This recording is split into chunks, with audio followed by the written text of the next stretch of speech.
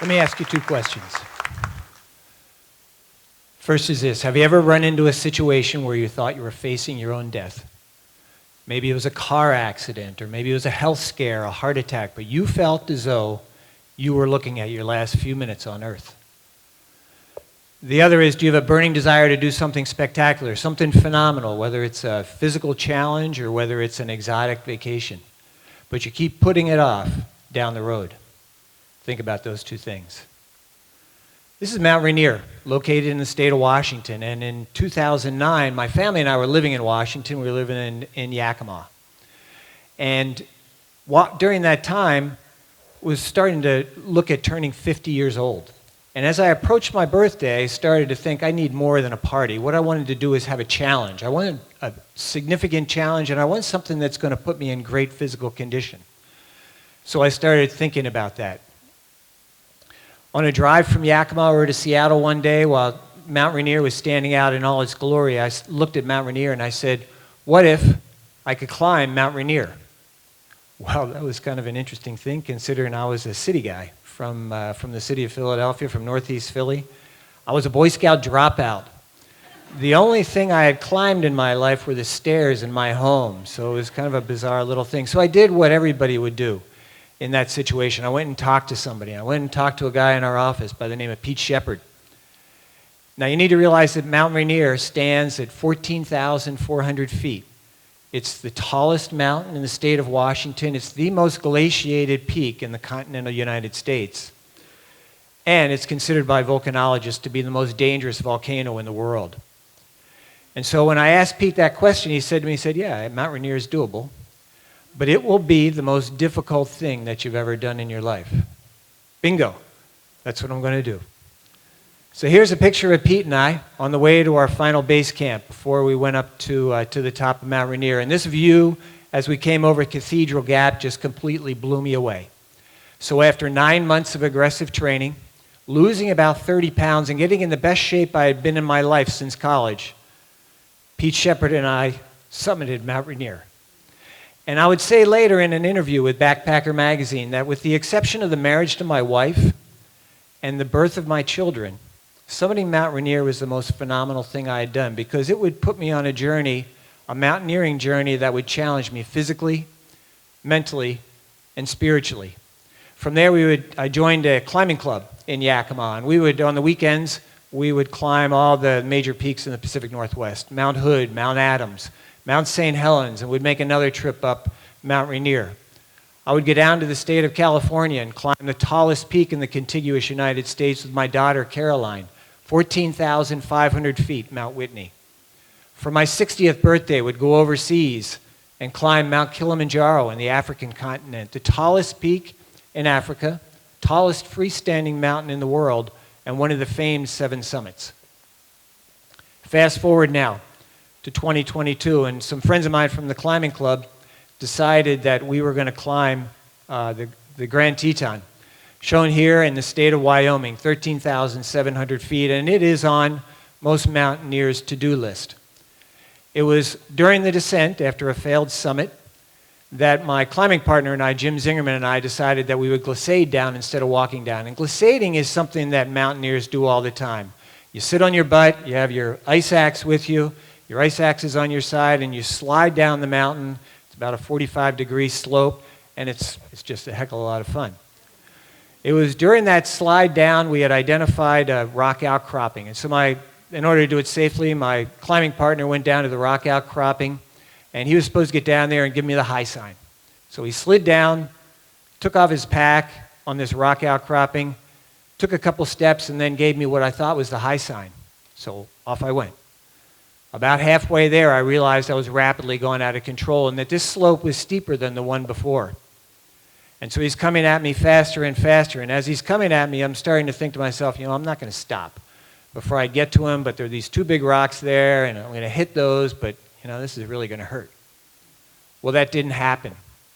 And instead of hitting the rocks, slid through the rocks, accelerated through them, past my buddy Jim, and realized at that point he was standing on the edge of a cliff.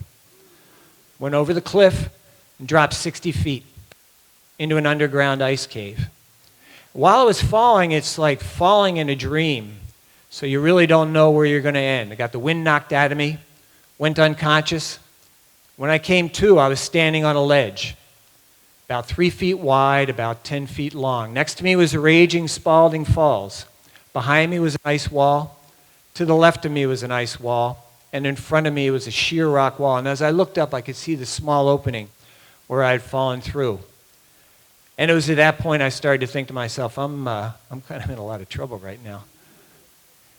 And so as the Spalding Falls is gradually drenching me, thinking to myself, how am I going to get out of here? Started to think from my training, remain calm, breathe easy. And a voice in the back of my mind I heard at the time say, today is not your day to die. While it was comforting, I was having a hard time believing that. And so I caught my senses and realized that Jim saw me get down there, so screamed out to Jim and called his name out.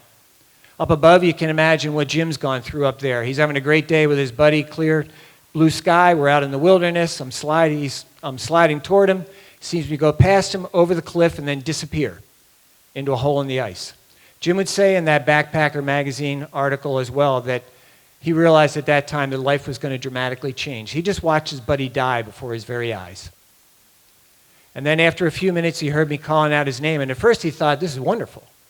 And then he realized, being a physician in this situation, he could see that I was under the ice, and he could see that the waterfall was next to me under there. And so now he thought to himself, no, this is worse. Now I'm going to have to listen to my buddy call my name as he dies a slow death from hypothermia. So Jim did what a lot of us would do. He looked at his phone, tried to dial up 911. And because where we were, 10,600 feet in the wilderness, had no cell phone coverage. So in a panicked plea, Jim let out a prayer. Said, God, I need you now. And it was at that point that he heard the word rope. Now, when we had left our other 2 climbing partners earlier in the day, Jim had agreed to carry the 70-meter, 9-pound climbing rope. So went to his backpack, grabbed it out, started throwing it into the hole, not knowing where I was. But the power of that waterfall kept blowing the rope back up. So now he's feeding it down like a fishing line, slowly at a time, slowly, slowly. Down below, things are getting worse. I'm starting to shiver uncontrollably. The water, the glacial-fed water is going on top of me. And started to think to myself, this is where I'm going to die. And just about the time I gave up hope, I felt a tap on my shoulder in the darkness. Reached my left arm around to my right shoulder and realized it was a climbing rope. Pulled on it 3 times. Whoever was on the other end gave me a little bit of slack, let go of my backpack, tied it around my waist, and then I looped the rope around my hands, leaned back, waited for the pull.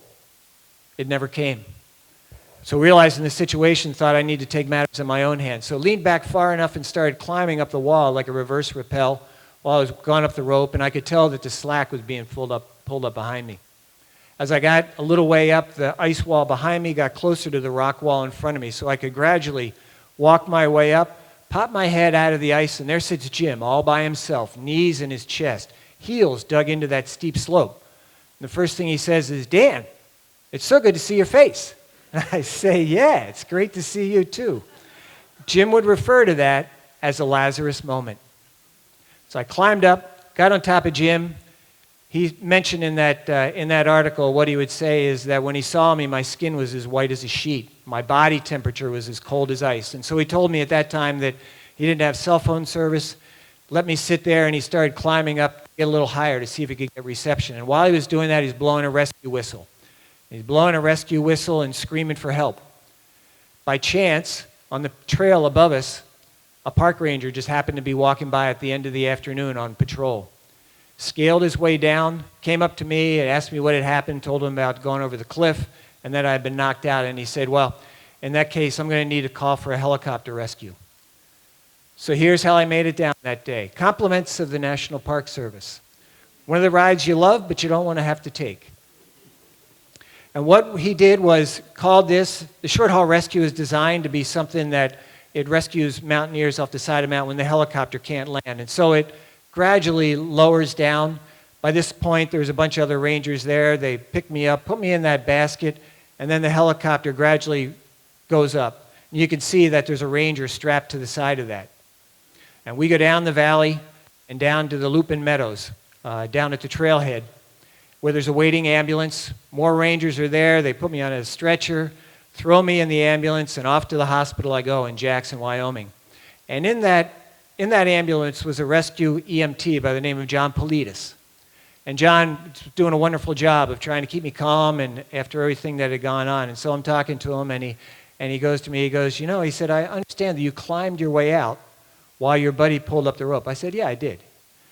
And it was interesting that he said that because the first Ranger that I was with said the same thing.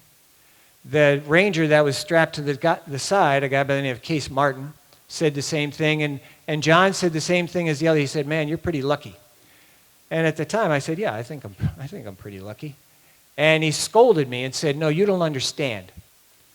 He said, there's been 3 others that have gone into ice moats about where you went in. You're the first rescue we've had. The other 3 were body recoveries. Nothing drives home being human more than knowing that you just faced your death and managed to escape. So I share with you a few things about mountaineering and what the mountains have taught me. Now, if you talk to my wife, my wife would say that I don't need to be in the mountains. But I have a few things for you to think about. And the first is to stay on guard. Jim and I let our guard down that day. We didn't do as we were trained to glissade with our ice axes. We used our hiking poles instead because we had already put our ice axe away.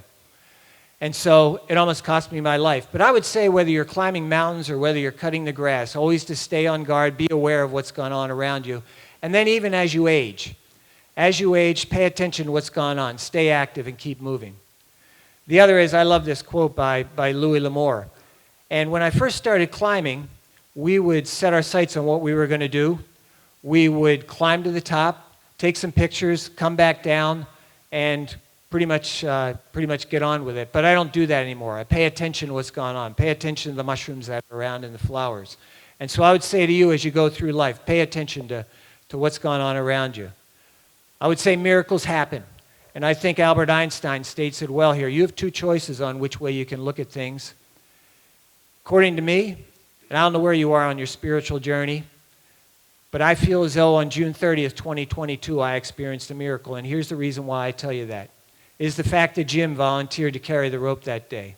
The fact that he fed that rope down into that hole, not knowing where I was and how far down. It hit me in the shoulder in the darkness. If it would have been a foot to the left, a foot to the right, I would have never seen it and would have died like the others. If my injuries were worse than what they are, I would find out at the hospital after x-rays that I had actually broken my lower leg, snapped it all the way through, had some bad ligament damage to my knee. But if I would have broken my arms, if I would have broken my hands, wouldn't have been able to climb out and would have died. The fact that the park ranger, Noah, was coming by right at the right time and came down to rescue us was phenomenal. We would have had to stay outside if he hadn't have. And finally, I say to you, what if? T.S. Eliot states it this way, you don't know how far you're going to go until you try. The Navy SEALs have done studies, and their studies say that when you feel as though you've hit your max on a physical endeavor, you're only at 40% of your max capacity. So imagine if you could get to 50 or 55%. So think about that small portion of the Appalachian Trail you've been thinking about doing. Think about the Camino Trail, or think about that exotic vacation. Live a what-if life. Let me take you back 2 weeks ago to a what-if trip that I took, back to the mountain where I almost died, and back up the Grand Teton. So after a 3-year emotional journey, after 2 strokes, managed to summit the portion of the Grand Teton. A phenomenal experience. And so what I'd say to you, and I'd give you the charge, I'd say pay attention to what's gone on and live a what-if life. Think about your what-ifs and where they are and how you're going to go about doing. If this city slicker, Northeast Philly guy, this Boy Scout dropout can end up climbing the tallest mountains in the country as well as overseas, imagine how enriched your life could be if you assaulted your what-ifs. Thank you very much.